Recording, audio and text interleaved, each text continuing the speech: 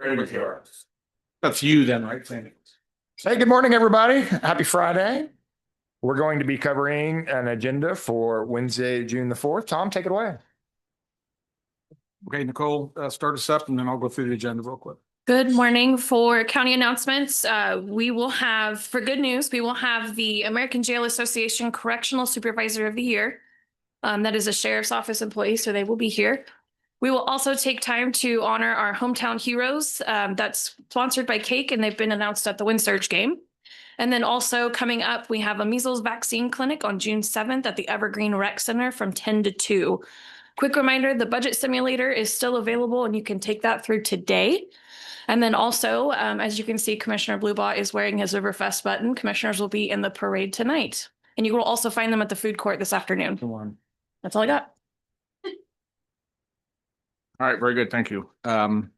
We have one proclamation, and it's an interesting proclamation. There's a veterans component to it. So that's the Garden Plain Can Brothers Day. So you have a single proclamation. We have a series of appointments. D and E are Animal Care Advisory Board. One's a resignation, one's an appointment by Chairman Beatty. Item F is a Sedgwick County Access Advisory Board appointment by Commissioner Howell. Item G is appointing Commissioner Meister to WSU Tech Board, again, internal. And item H is a Airport Advisory Board appointment by Commissioner Meister. Under new business, and this is going to add a few things to new business, but item I, I think you were briefed on a couple of weeks ago by Anissa and Brent, is seeking approval for an interlocal agreement with Keachai City and USD 262 and 259 for a neighborhood revitalization plan. And Brent's here if there's any questions regarding that item. J and K are the Scott Wadle Show. And you've either been briefed or you will be briefed on both of these items. One is the public notice development signs item we've been talking about for several months. That's actually item J. And then item K is a conditional use request in the Hayesville area on some truck parking issues. I think you've been briefed on that. And then we're going to add to new business after item K, the Derby annexation, which is currently on consent item W, will come off and go into new business. And I think we've just had a request to take item U on consent, which is the MAPD application fee increase, and move that to new business as well. So that will become the new L and M on new business. Current item L on new business is the Board of Bids and Contractors contracts. There's only two items. Both are public works. One is for pavement painting, and the other is for a street construction on a special assessment process project. And Lynn is here to answer questions on either of those. Those are the only two items on bid board. M, N, and O under consent currently are construction easements. One is for a bridge channel and abutment stabilization project on Hoover between 47th and 55th. There is no fiscal note to that. Item N is an easement for some shoulder work on ridge between 69th and 85th. There is a $3,175 fiscal note attached to that easement.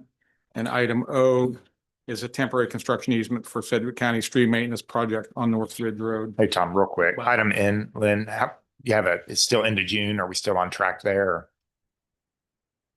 This actually is for phase 2 of the project, So this is which will take place north of the Ark River at next year. So the portion that's under construction now south of the river between 53rd Street and the river, that is on track. We're still saying June, but 10 inches of rain might change that. yeah, when you get rain every couple of days, Okay. it kind of shuts things down for a couple of Will you weeks. just keep me posted so I Yep. can, okay, thanks. Okay, PQ, PQ and R are all right-of-way easements for various for culvert replacements on all of them. There are small fiscal notes associated with each. Item P is 79th Street South between 127th and 143rd and comes with a $3,500 fiscal note. Q is a culvert replacement on 23rd between 263rd and 279th West. Fiscal note of $3,300. And item R is a culvert replacement on 79th between 127th and 143rd East. Fiscal note of $4,000 on that. And then item S and T are the Colwich Road items. S is the anticipated four-way stop at the intersection of 21st Street North and 167th. And then item T is a zone request change in that same proximity, which is on 167th, 21st, a little bit east of there for a rural residential to go to a single family zoning. I think it's for a single house, if I recall. Okay, you will go away. That's going to go to new business. That's the application fee increase. V is a hire for Mr. Labram in MABCD. Kaylin Nethercott is coming to the county from the city, so that is her position. And because of her experience in the department, we're going above minimum on her pay. And then Y and Z are ComCare items. Both are renewal agreements. Y is, I'm sorry, X and Y. Got that wrong. X and Y are ComCare items.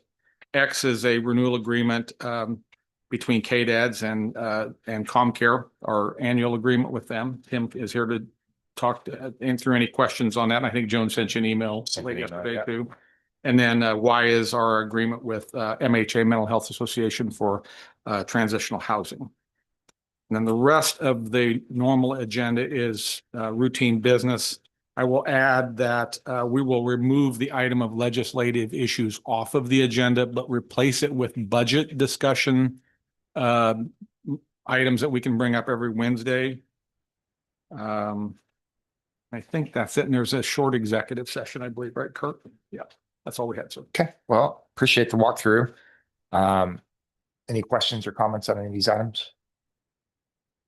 I would just say for Commissioner Bluebond, Commissioner Wise, one of the things that we do in budget discussion is this is an opportunity for us to ask questions relative to the budget, but we kind of have I guess, Pete, it'd be an unwritten rule that we try on budget day, adoption day, not to have any surprises with surprise motions and things of that sort. So we've always used this time as an opportunity to really vet out publicly with the commissioners in the room to walk through potential motions, potential ideas, and really use this time to vet some of that out so that on adoption day, there's no surprises and we have an opportunity to vet things individually.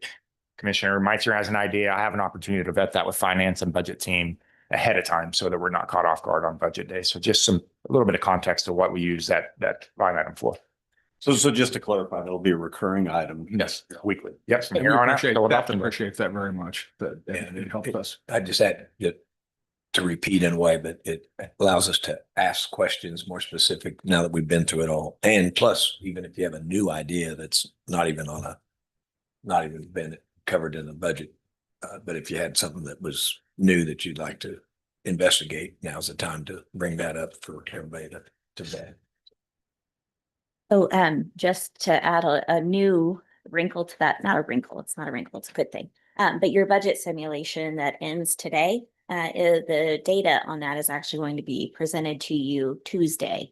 So those Wednesday conversations with the standing budget agenda item would also be an opportunity for us to report out on anything that you hear through that process that you want to make sure that we communicate back out to the public if there are certain things or anything that come up. So that might just be a new component to think about this year too, if something piques your interest out of that. Lindsay, while we're on the topic of budget, and I think you emailed me back, I haven't had a chance to read it yet, especially for Commissioner Bluebond Wise. We're going to have another opportunity where each commissioner gets to sit down with management, with Tom and the budget team and you. Is that scheduled yet? Okay. So we can just real quickly talk about the process from here on out. That might be useful. So this Tuesday, not only will you hear from Dr. Gua about the results of the budget simulator, but this is going to be our recap session from the hearings that you all heard. So you might recall in most years, we try to have that on the same day as the last day of the hearings. But this year, because of time pressures, we just couldn't get that done. So this is your first staff meeting on Tuesday where we've had that opportunity to sit down with all of you. So if there are things that you want to hear more about, we already know that there's a CIP workshop scheduled for you on June 9th, the following Monday. After this coming Tuesday, where we'll talk about the fire training ground, we'll talk about the ComCare complex, and what am I missing? Regional Forensic Science Center. So we'll talk about all three of those on the 9th. But then also this opportunity on Tuesday will be for you to tell us if there are other things you want to have workshops on. So that's kind of the heart of what we're doing the next 2 weeks. So then what you're referring to, we do have a couple of commissioners who are traveling and doing some things. So we've got a little bit of a different schedule this year. But we will meet with most of you on June 17th, which is the county manager's drop dead day for what decisions will go in the recommended budget. And so at that point, it'll be kind of our intention to talk to you in general about what we're thinking will show up in the recommended budget, for you to give that feedback and let us know if there are major issues or concerns with any of that, so we can pivot. Because one thing that's really important to note is when that recommended budget is presented in mid-July, the same day the recommended budget is presented is what we call the last up day. And so what that means is that's essentially our notice to the public that this is going to be the maximum possible budget you all could adopt in August. It could be the maximum possible property tax levy that you could adopt in August. It will be the basis of what we ask the clerk to publish for us in terms of a revenue neutral rate hearing notice. So you can always go down after that recommended budget day and last up day, but you cannot go up after that point. So just know that we're kind of building a budget toward that end of setting it up to be a maximum amount and then leaving it up to the commission to kind of talk about if there are opportunities to reduce. Doesn't mean that you won't be able to reallocate from a contingency if you see a strong need or something else, but it does mean that the overall budget can't change after that date. So then you'll have your evening public hearing. If you want to add any other hearings to the schedule, we can certainly talk about that anytime. And then, of course, budget adoption, I think, is scheduled for August 20th. And you will have all of your fun that day. We will, just so you know, be required, or this year, we're going to do 2 separate hearings. Your public hearing and your revenue neutral rate hearing. So when we get closer, I think we'll ask Tom Henry to maybe help us walk through what that actual day is going to look like. So lots to come. That's helpful. Okay. All right. And are we going to have any topics on the federal grants discussion for this upcoming Wednesday? Probably not. I think you all saw the note that I sent out to the management team that just talked about what to anticipate. Okay, good. And so unless you all have a desire to have that discussion publicly, we don't have anything new to present. Very good. Unless Tim knows anything.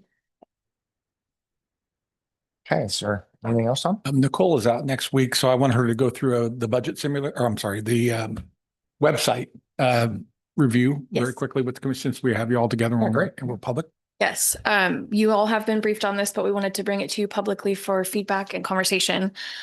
Today behind me, and we'll be coming up to the podium, I have Matt Hare. He is the principal programmer for IT, and then Chantel Crossman is also here. She's a web architect, and they are helping on the website transition process. So quick review, in 2024, commissioners approved $100,000 for a website redesign. We went through the RFP process and we hired a company called Exemplify. They worked with a team of county employees, but then also did some deeper dive with specific departments that are heavy users of the website and produced with us a website concept design. And we worked with them with that and ADA compliance. Since then, we've reviewed with staff. We've had outside web experts help us with feedback and any issues on the back end. And then we are now at the point for implementation. So we wanted to give you a quick preview of what that looks like. Matt will give you that. And then Chantel will talk a little bit about ADA compliance, which was a very big piece of our website design update. Matt, take it away, sir. Sure. So people have been calling for some updates since about 2019. mainly internal stakeholders. And we've done some updates on the back end that were implemented in 2024 that gave us the foundation to be able to do this. And we did end up hiring a company called Exemplify. They delivered a set of prototypes, and we've been implementing those since they delivered those prototypes. So I'm going to show you before and after. So what you see on the left panel is what we've got currently on our county websites. That was what was implemented in 2024. And then on the right side is the new one that's in preview. And some highlights here. Obviously, you've got a new hero video that shows up on the new one. And that's going to be on the homepage only for now. But it does give people something a little more interesting to look at as they first approach our site. There's more added bolder colors. You'll see that we've got these new card styles. So one of the themes that we've got going throughout the site is these geometric glyphs that come in various colors and patterns that are going to be applied to cards and a few other places that you'll see, and that forms kind of a theme. Then we've got, if we scroll down a little bit, we've got a new news section that just has links a little bit easier to click. So that's an accessibility thing that we improved. And then we've revised our connect section so that it's split up into phone numbers and a sign up section. And then did some substantial restyling to the events calendar. So hopefully that's a little bit easier for people to read and use. And then at the bottom, we went ahead and added just some extra capabilities to add some extra hierarchical links instead of just the single level of links that we've got right now. So one of the big things throughout the site is going to be the menu system, which right now we're looking at the mobile views. They're kind of narrower, so more like what you see on a phone or a tablet. And it's got the cascading menu on the old site, and it's kind of a simple design. And on the new one, it's still a cascading menu. We can go down one further level on the new one. But it's got revised styling. And then at the bottom, at least in the mobile view, it's got capability to add extra featured links. And on the desktop view, that's going to show up in another panel that's always there. Again, you'll see the geometric glyphs show up at the bottom of the menu. We carried over the translation widgets. It has a little different icon, but it works the same way. And that uses Google Translate. And then the search box is still there as well. So on the old one, it's always showing up. On the new one, you can click the little magnifying glass and get the same thing. All right, and we do have quite a few more features that are further down into the site in terms of styling. So one of the things people will probably notice is that we've got updated alert styling. Those, I think, pop a lot more than they had before. Throughout this process, we've focused on accessibility improvements, and I'm going to let Chantel talk briefly about accessibility improvements that we've made. Good morning. We utilize a software called Site Improve to analyze our website for compliance. Pre-October 2024, we were at 79.8 for our score. And then October implementation brought us to an 81.9. And then December 2024, we were able to take some of the Exemplify improvements and go ahead and implement those in December, which brought us to 85.6. Today, we are at 86.1, and the government benchmark is 87.6. So we are still working and trying to improve. We began with 68 issues. We've resolved 49 of those, and we have 19 issues to be resolved. Just a quick add-in on the ADA compliance score that Chantel mentioned. It is governed by federal guidelines, ADA.gov. ADA.gov. So if anybody has questions on what those are, those can be searched there. On top of that, once we make this design implementation, the score is anticipated to go above that minimum score, but we can't do that scan until after it's live. All right, so our timeline as far as implementation for this improved styling is in the first half of June. And then we'll make further platform upgrades in the second half of 2025. And then we'll do some content updates along the way. And I think Nicole can talk a little bit about that. Yes. So what Matt is referring to on content updates is once we have the back end pieces updated with the design, we will then visit departments and talk about best practices, going through their websites, making suggestions for cleanup, simplification, to ensure that public accessibility is the focus as long as ADA compliance. And we will offer training as well. Like Matt said, the goal is to implement the design here in the next couple of weeks. And one other thing too is we are planning, once it's implemented, to go through the Access Advisory Board so we can get public feedback in that avenue as well. And we are here for any questions you might have. Okay. Commissioners have been briefed on this, but it's like there's been a little bit more work done since then. So any questions? When is live date? When are you anticipating the full transition? The goal is next week, but as life happens, it potentially would be the week after. So we're doing in the next couple of weeks. Okay, good. And it will be outside of standard office hours and outside of commission meetings. So it won't be something that will mess up day-to-day operations. Okay. I remember when we first talked about this, there was a thought that we would stream the commission meetings from our website. Is that a capacity that we talked about and are going to do, or maybe I'm trying to remember where we landed on that. Stream on the website, I'm sorry. Yeah, our website, that we would actually have the commission meeting streamed. Oh, through it. yes. So we do currently have the ability to stream meetings on our site through the program that we use that has agendas and minutes. It's called Granicus. Okay. So if someone goes to the commission meeting page, you can actually pop up the video as well. And then we also do stream those live on Facebook and YouTube. Yeah, with some of the changes we're likely making with our TV contract, maybe that would be prominently displayed on our homepage, maybe even when we're live on commission meetings. So there's just more access and visibility. Good point. I appreciate that. One more place that, just for clarity too, we are planning to take these to the Citizens Advisory Board so we can get some additional public feedback for that as well. Yeah, very good. Other questions? So maybe tomorrow or Wednesday, how are we going to make I don't know that we need to do a demo for the public as much as just make the public aware in your announcements or something that there'll be a change. Yes. When we do officially launch, I will announce it during county announcements, and then we will do some social media with it as well. Again, there is some styling differences, but the main functionality of the website is not going to change other than the pieces that Matt showed. Okay. Very good. Okay, Matt, Chantel, thank you. Appreciate all the work. Nicole, thanks for the work on this. It's been Yes. quite a lift. Yes. I'm very appreciative for Matt and Chantel. They've done a lot of the hard lifting. Sure have. Yeah, thank you. Okay, Tom, anything else? Probably good to go.